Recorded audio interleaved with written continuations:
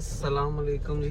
क्या हाल चाल है? सब ठीक ठाक है, खैरियत से हैं। आज है सैटरडे और मैं जा रहा हूँ बाहर, थोड़ा सा वर्कशॉप करेंगे और आपके साथ एक बड़ी ही इम्पोर्टेंट इन्फॉर्मेशन शेयर करेंगे जो कि है टीचर्स ट्रेनिंग के हवाले से। तो जो लोग जापान आ रहे हैं टीचर्स ट्रेनिंग में पाकिस्तान से या किसी भी और साउथ एशियन कंट्री से, उनके लिए ये वीडियो बहुत इम्पोर्टेंट और अच्छा होने वाला है, क्योंकि आज मैं आपको बताऊंगा कि जो 18 मंथ्स का जो प्रोग्राम है वो किस तरह डिवाइड किया होता है। तो वो चीज़ें मैं आज आपसे शेयर करूँगा, तो मेरे साथ रहना है, मेरे साथ जुड़े रहें और आपको पूरी वीडियो ज़रूर देखनी है, ठीक है।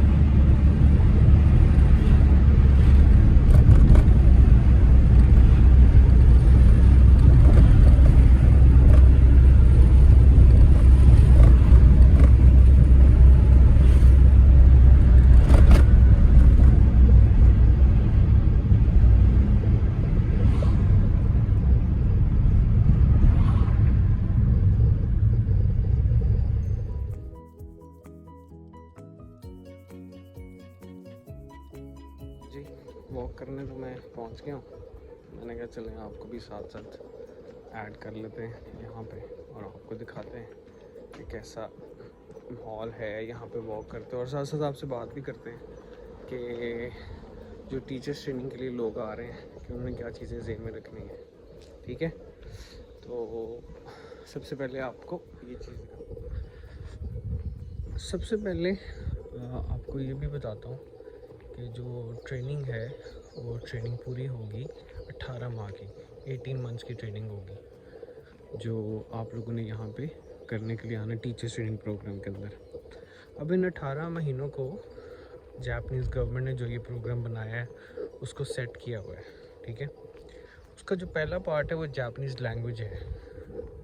जापानीज़ लैंग्वेज जो आपके तकरीबन 6 माह का एक प्रोग्राम होगा किसी भी यूनिवर्सिटी जो आपने सेलेक्ट की होगी वहाँ पे। तो ये प्रोग्राम आपका 6 माह का होगा और उसके बाद 1 साल का प्रोग्राम होगा आपका रिसर्च का। जो 6 माह का प्रोग्राम होता है उसमें जो आपकी क्लासेस की टाइमिंग होती है, आपके दिन में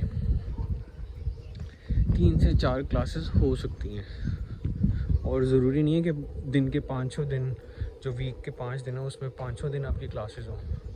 तो वो आपको कोर्सेज़ लेने होते हैं, 3 से 4 कोर्सेज़ लेंगे। वो बहुत इजी होता है। इजी इन सेंस ये नहीं कि सिर्फ उसमें जापानीज़ पढ़ाई जाती है, उसमें बाकी कोर्सेज़ भी आपको पढ़ाए जाते हैं जो इंटरनेशनल लैंग्वेजेस से रिलेटेड, इंटरनेशनल कल्चर से रिलेटेड होता है, उसमें वो भी पढ़ाया जाता है। लेकिन डिपेंड करता है, हर यूनिवर्सिटी का जो कोर्स है वो दूसरी यूनिवर्सिटी से फ़र्क होता है, उसका डिज़ाइन, उसका करिकुलम हर यूनिवर्सिटी का दूसरी यूनिवर्सिटी से फ़र्क होता है। तो हो सकता है जो प्रोग्राम मैंने किया है आपका वो प्रोग्राम उस तरह का ना हो, ठीक है। तो ये भी बात हो सकती है।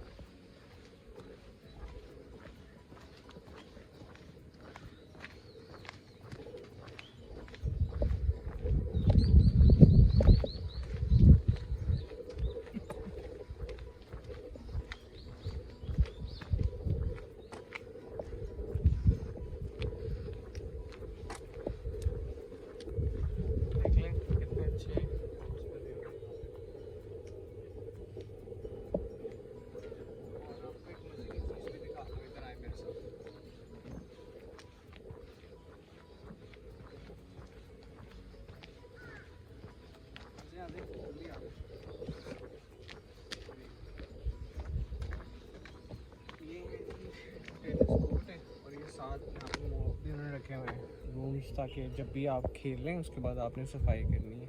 जापान में ये बहुत अच्छा कल्चर है स्पोर्ट्स के हवाले से कि आपने खेलने के बाद उस एरिया को साफ़ भी करना है। और आपके पास इंडोर और आउटडोर के शूज़ मुख्तलिफ होते हैं। मैं टेनिस कोर्ट की बात नहीं कर रहा, मैं अगर आप बास्केटबॉल जिम में जा रहे हैं वहाँ पे आपके इंडोर शूज़ अलग होंगे, आउटडोर अलग होंगे।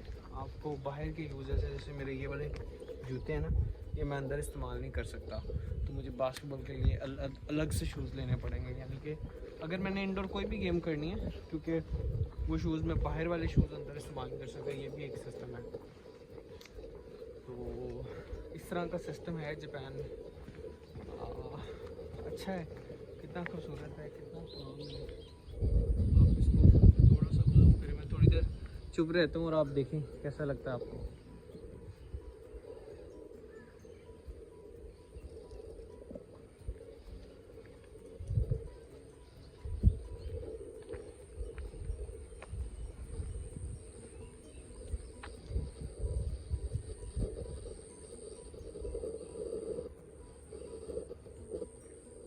जी बताएं कैसी लगी है वीडियो?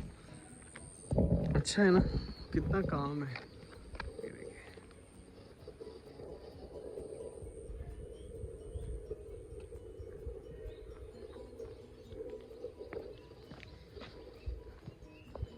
ये मैंने आपको बताया कि प्रोग्राम फ़र्क होता है हर यूनिवर्सिटी के हिसाब से, उसका प्रोग्राम फ़र्क हो सकता है किसी में इंटरनेशनल लैंग्वेज हो, इंटरनेशनल लैंग्वेज ना हो, इंटरनेशनल कल्चर हो और किसी में ना हो, ये भी डिपेंड करता है। तो ये चीज़ें बहुत इंपॉर्टेंट है, आपने ज़हन में रखनी है और इसी तरह से आपने प्रिपेयर होके आना है। बेहतर तो यह है कि थोड़ी सी जापानीज़ पढ़ के आएँ, साथ थोड़ी सीख के आएँ, तो इट विल हेल्प यू।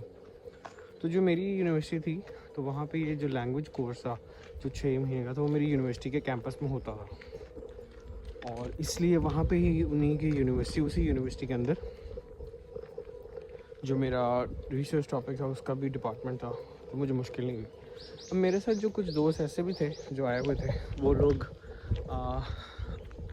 जब उन्होंने लैंग्वेज कोर्स करना था तो वो आए किसी और यूनिवर्सिटी में गए, वहाँ पे 6 महीने का अपना कोर्स कंप्लीट किया, फिर उसके बाद अपनी दूसरी यूनिवर्सिटी में गए जहाँ पे उन्होंने अपना रिसर्च का कोर्स मुकम्मल करना था। तो ये भी फ़र्क होता है। कुछ यूनिवर्सिटीज़ ऐसी हैं कि वो सिर्फ लैंग्वेज ऑफ़र नहीं करती, जिसकी वजह से वो आपको दूसरी यूनिवर्सिटी भी रिकमेंड करते हैं और वहाँ पे ऑटोमेटिकली आपको हो जाता है, तो उसमें आपको कोई परेशानी लेने की ज़रूरत नहीं होती। जब आपसे यूनिवर्सिटी कांटेक्ट करती है तो वो आपको सारी डिटेल शेयर करेगी। तो इसी वजह से जो 6 महीने हैं वो आपने आराम से अपने कोशिश करनी है लैंग्वेज को सीखें। हाँ, आप अगर पार्ट टाइम जॉब करना चाहते हैं तो अगर कोई टाइमलाइन ऐसी बनती है तो आप शाम को करें, ज़रूर आपको फ़ायदा होगा उसका। सही है ना? तो ज़रूरी है, पार्ट टाइम जॉब भी करनी चाहिए, तो आपको एक्सपोजर मिल जाता है। और जो जापानीज़ लैंग्वेज है वो जब आप पार्ट टाइम जॉब करेंगे, लोगों के साथ इंटरेक्ट करेंगे, तो you will get a benefit कि आपको बोलने का मौका मिलेगा, आपको उनसे बात करने का मौका मिलेगा। फिर एक जो नेचुरल जापानीज़ लैंग्वेज है, पढ़ने वाली जापानीज़ लैंग्वेज से बहुत फ़र्क है, ये भी बड़ा इम्पोर्टेंट चीज़ है। सो ये भी चीज़ें आपको सीखने को मिलेंगी वहाँ पर। सो ये 6 माह तो जी आपके लैंग्वेज के हैं, उसमें आप कुछ नहीं कर सकते। हाँ, ये बात मैं बता दूँ कि फॉर एग्ज़ाम्पल समर ब्रेक आती है, इसमें विंटर ब्रेक आती है, स्प्रिंग ब्रेक आती है, तो वो छुट्टियाँ भी होती हैं यूनिवर्सिटी में उस तरह। तो उस ड्यूरेशन में ये होता है कि आपकी क्लासेस तो नहीं होंगी, लेकिन हाँ, अगर आपको लगता है कि आप उसमें पार्ट टाइम की जॉब को इंक्रीज़ करना चाहते हैं, क्योंकि उस ड्यूरेशन में आप जहाँ पे आपको हफ्ते में 28 घंटे अलाउ होते हैं, तो छुट्टियों की ड्यूरेशन में आपको 40 घंटे अलाउ होते हैं काम करना। सही है? तो ये भी एक इन्फॉर्मेशन है। तो 6 महीने आपके टोटली लैंग्वेज के ऊपर बेस करेंगे, कोशिश करें कि उन 6 महीनों में अपनी एटलीस्ट लैंग्वेज को N5 कंप्लीट करें, टेस्ट दें। तो मैंने उन 6 महीनों में अपना, जैसे मैं 2022 में गया हूँ, तो मैंने अपना टेस्ट उन 6 महीनों को कंप्लीट करने के बाद मैंने अपना टेस्ट दे दिया था, तो मैंने N5 कंप्लीट कर लिया था, मैं पास हो गया था। तो 190 नंबर होते हैं टोटल, 180 नंबर होते हैं। 180 में से आपने 90 नंबर लेने होते हैं पास होने के लिए। तो मेरे आगे थे 110, मैं पास हो गया, तो मुझे सर्टिफिकेट मिल गया। तो ये आपके लिए भी अपॉर्चुनिटी है, कोशिश करें, चैलेंज करें अपने आप को और जापानीज़ लैंग्वेज को सीख लें।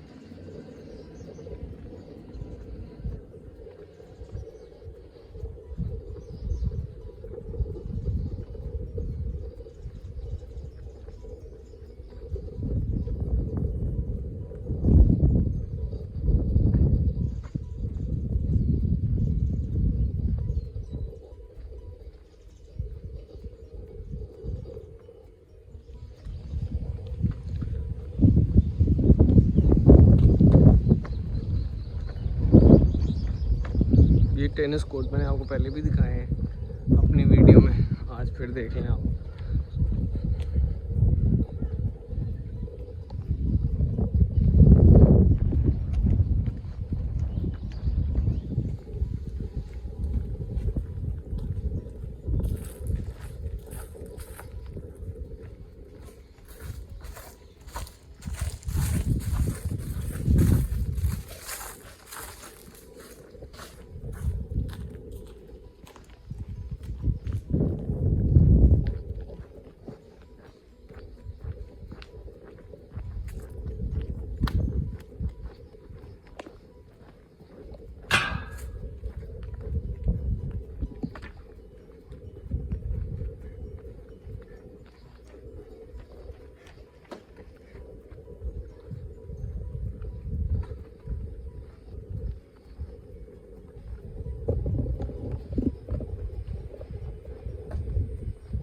मैं आपको बताता हूँ दूसरा सबसे इम्पोर्टेंट, जिसका वो सेकंड पार्ट जिसमें आपके प्रोग्राम को डिवाइड किया होता है। पहला पार्ट तो आपका लैंग्वेज हो गया, दूसरा होता है यूनिवर्सिटी।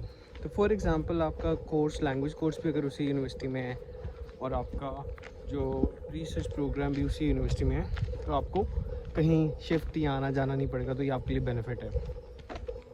आपके दोस्त भी बने होंगे, कम्युनिटी होगी, तो यू विल फील गुड। आपको उसी स्मूथ काम में आपको आगे जाना होता है, काम इजी रहता है वो। तो जो यूनिवर्सिटी का जो रिसर्च का प्रोग्राम होता है, मेरे केस में मेरी यूनिवर्सिटी ने पहले 6 महीने मुझे मेरे प्रोफेसर से मिलने नहीं दिया। यानी कि मुझे नहीं बताया कि वो कौन से डिपार्टमेंट में है, कहाँ पे होते हैं, कि आप जाके उनको मिलें। And they really don't push a student कि वो उन 6 महीनों में जब वो जापानीज़ पढ़ रहा है वो अपने प्रोफेसर को मिले। दे डोंट वांट इट, ठीक है। तो आपने भी कोशिश नहीं करनी जब तक आपको यूनिवर्सिटी खुद ना के वो आपसे डिटेल शेयर करेंगे। And they will also share email कि आप ईमेल करें और उनसे अपॉइंटमेंट लें ताकि आप जाके मिल सकें जब आपका 6 महीने का प्रोग्राम ख़त्म हो जाएगा तब। तो इसी तरह फिर मुझे ईमेल यूनिवर्सिटी से आया कि आप आएँ ऑफिस आके मैं गया। उन्होंने मुझे मेरे प्रोफेसर की डिटेल्स वगैरह बताई, शेयर किया कि आपके प्रोफेसर ये हैं, ये इनका नाम है, ये ईमेल आईडी है, तो आप उनको ईमेल करें। तो मैंने ऐसे ही फिर उनको ईमेल किया। मैंने टाइम पूछा कि कब वो अवेलेबल, मैं उनके पास ऑफिस मिलने गया। तो वहाँ से फिर पहले 6 महीने के बाद फिर मेरा शुरू हुई। अब जो मेरे प्रोफेसर थे वो बहुत ज़्यादा बिज़ी होते हैं, बहुत ज़्यादा बिज़ी थे। तो उनके जो असिस्टेंट प्रोफेसर थे, यानी कि जो उनके साथ थे काम करते थे, उन्होंने मुझे उनसे कांटेक्ट करवाया और उन्होंने कहा कि आपने इनसे राब्ते में रहना है। मैंने कहा ठीक है, क्योंकि मेरे प्रोफेसर खुद बिज़ी थे तो इस वजह से फिर मैंने इतना उनको भी तंग नहीं किया। हाँ, जिन प्रोफेसर का उन्होंने मुझे नंबर वगैरह दिया या उनका ऑफिस दिखा दिया तो मैं उन्हीं के साथ कांटेक्ट में रहना शुरू कर दिया मैंने। अब उनसे बात हो रही थी कि आपका रिसर्च टॉपिक क्या है।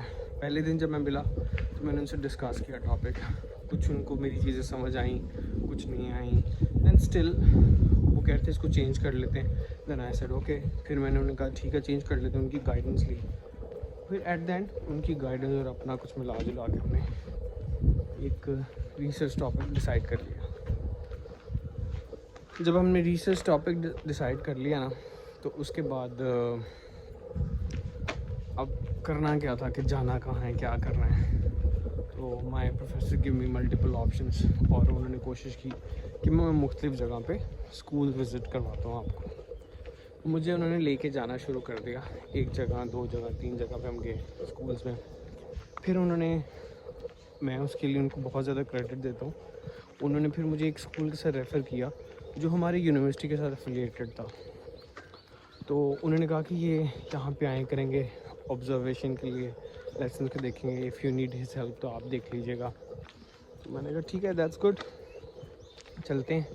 मैं जाना शुरू कर दिया उधर और फिर मैं उधर कंटिन्यूसली अपना खुद भी मैंने एक अपनी स्ट्रॉन्ग बेस बना ली। कनेक्शन टीचर्स के साथ बात करना थोड़ा डिफ़िकल्ट था, वो एक अलग स्टोरी है, लेकिन आपको अपने आप को बहुत पुश करना पड़ता है। आप इतनी जल्दी अपनी जगह नहीं बना सकते वहाँ पे उनके स्कूल्स के अंदर। You really have to push yourself और आपको थोड़ा अपना कम्युनिकेशन स्किल को बेहतर करना पड़ता है उसके लिए ना। तो खैर वो बन गई जगह और हम लोगों ने उनसे बातचीत शुरू कर दी।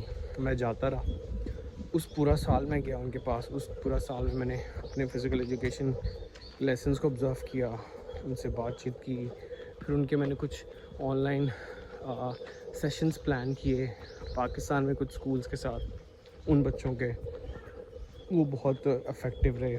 दे were very happy with me. और फिर उन्होंने मेरे प्रोफेसर से भी शेयर किया।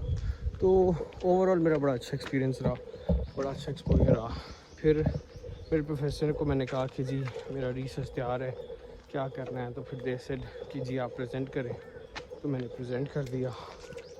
हमारी मीटिंग होती थी हर वीक में, हर महीने में 2 बार या 1 बार मीटिंग होती थी। ये भी डिपेंड करता है प्रोफेसर टू प्रोफेसर, लेकिन हमारी महीने में मेरे ख्याल से 1 या 2 बार मीटिंग होती थी। उसमें सब स्टूडेंट्स बताते हैं कि उनकी रिसर्च के ऊपर कैसे प्रोग्रेस जा रही है। तो ये हमारा रिसर्च का काम था। इसके ऊपर काफ़ी ज़्यादा डिटेल्स हैं। मैंने एक वीडियो भी शेयर की हुई है, आप यूट्यूब पे जाकर ज़रूर देखिएगा मेरे चैनल पे। वहाँ पे मैंने बताया हुआ है कि मेरा कैसा एक्सपीरियंस रहा था। वहाँ पे मैंने वीडियोस भी शेयर किए हैं उस स्कूल की उन बच्चों के साथ। आप देखिएगा ज़रूर और इस वीडियो को पूरा देखिएगा। अपना बहुत सारा ख्याल रखिएगा।